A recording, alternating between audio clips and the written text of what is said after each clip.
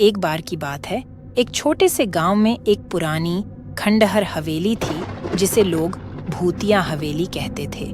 गांव वाले कहते थे कि हवेली में एक भयानक आत्मा का वास है जो रात के अंधेरे में प्रकट होती है। कोई भी उस हवेली के पास जाने की हिम्मत नहीं करता था, क्योंकि जो भी गया वह कभी वापस नहीं आया। गांव के लोग हवेली के बारे में कई कहानियां सुनाते थे। कुछ कहते थे कि हवेली में रात के समय अजीबोगरीब आवाजें आती हैं, जैसे किसी के रोने या चीखने की। कुछ लोगों का कहना था कि उन्होंने हवेली के अंदर अजीबोगरीब परछाइयां देखी हैं, जो दीवारों पर चलती हैं। हवेली के पास से गुजरते समय लोगों को हमेशा एक अजीब सी ठंडक महसूस होती थी, जैसे कोई अदृश्य शक्ति उन्हें देख रही हो। एक दिन गांव में एक युवा लड़का जिसका नाम अर्जुन था, अपने दोस्तों के साथ खेलते हुए हवेली के पास पहुंच गया। दोस्तों ने उसे चुनौती दी कि वह हवेली के अंदर जाकर देखे। अर्जुन, जो बहुत बहादुर था, ने चुनौती स्वीकार कर ली और हवेली के अंदर चला गया। हवेली के अंदर घुसते ही अर्जुन ने महसूस किया कि वहां कुछ अजीब है।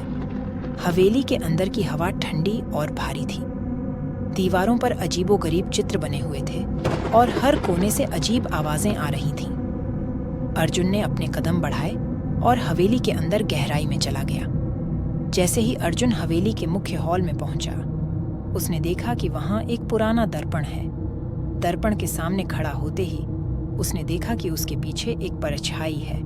अर्जुन ने मुड़कर देखा, लेकिन वहां कोई नहीं था। उसने फिर से दर्पण में देखा और इस बार उसने देखा कि परछाई धीरे धीरे स्पष्ट हो रही है। वह एक महिला की आत्मा थी, जिसकी आंखें लाल और चेहरा विकृत था। अर्जुन ने डर के मारे पीछे हटने की कोशिश की, लेकिन उसके पैर जमे हुए थे। आत्मा ने धीरे धीरे उसकी ओर बढ़ना शुरू किया और उसकी ठंडी आवाज में बोली, तुम यहाँ क्यों आए हो? ये जगह तुम्हारे लिए नहीं है। अर्जुन ने हिम्मत जुटाकर पूछा, तुम कौन हो और यहाँ क्यों हो? आत्मा ने अपनी कहानी बताई। वह एक समय में इस हवेली की मालकिन थी, जिसका नाम राधिका था। राधिका को उसके पति ने धोखा दिया और उसे मार डाला। उसकी आत्मा बदला लेने के लिए इस हवेली में फंसी हुई थी।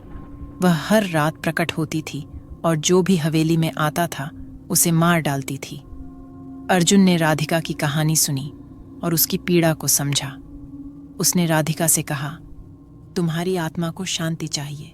बदला लेने से तुम्हें कुछ नहीं मिलेगा। मुझे बताओ कि मैं तुम्हारी कैसे मदद कर सकता हूँ। राधिका ने अर्जुन को बताया कि उसकी आत्मा को शांति पाने के लिए उसे अपने पति को माफ करना होगा। अर्जुन ने राधिका की आत्मा को माफी के महत्व के बारे में समझाया और उसे माफ करने के लिए प्रेरित किया। राधिका ने धीरे धीरे अपने गुस्से और बदले की भावना को छोड़ दिया और उसकी आत्मा को शांति मिली। अर्जुन ने देखा कि राधिका की आत्मा धीरे धीरे गायब हो रही है और हवेली में एक अजीब सी शांति फैल गई है। उसने हवेली से बाहर निकलकर अपने दोस्तों को बताया कि उसने राधिका की आत्मा को मुक्त कर दिया है। अर्जुन की बहादुरी और समझदारी की कहानी गांव में फैल गई। गांव वाले अब हवेली से डरते नहीं थे और उन्होंने उसे एक पवित्र स्थान बना दिया। अर्जुन ने साबित कर दिया कि सच्ची बहादुरी केवल शारीरिक शक्ति में नहीं, बल्कि दिल की सच्चाई और माफी में होती है। कुछ समय बाद गांव में एक और अजीब घटना घटी। गांव के लोग कहने लगे कि उन्होंने रात के समय हवेली के पास एक और आत्मा को देखा है। यह आत्मा एक बूढ़े आदमी की थी, जो हवेली के चारों ओर घूमता था और अजीबोगरीब आवाजें निकालता था। गांव वाले फिर से डरने लगे और उन्होंने अर्जुन से मदद मांगी। अर्जुन ने सोचा कि शायद यह आत्मा राधिका के पति की हो सकती है, जो अब शांति पाने के लिए भटक रहा है। उसने फिर से हवेली में जाने का फैसला किया, इस बार अपने दोस्तों के साथ। वे सभी मिलकर हवेली के अंदर गए और आत्मा की तलाश शुरू की।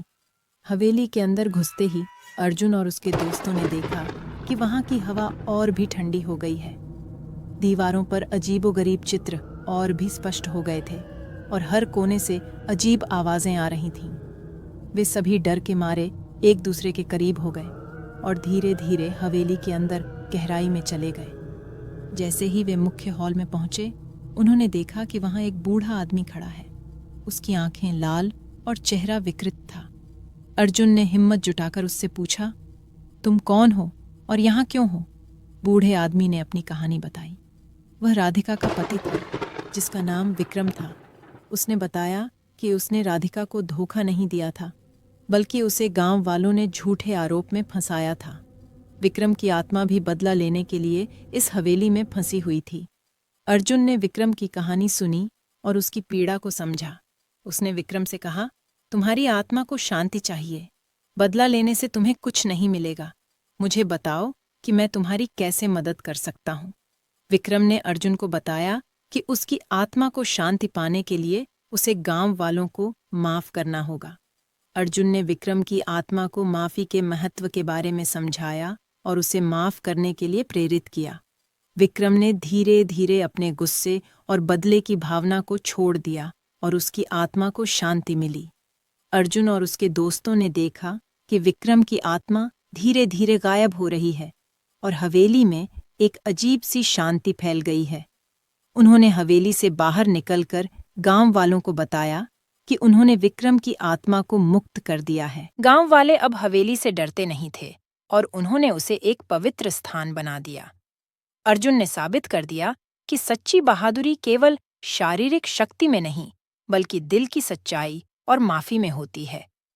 गांव वाले अब हवेली को एक पवित्र स्थान मानते थे और वहां पूजा करने लगे। गांव में अब शांति और समृद्धि थी।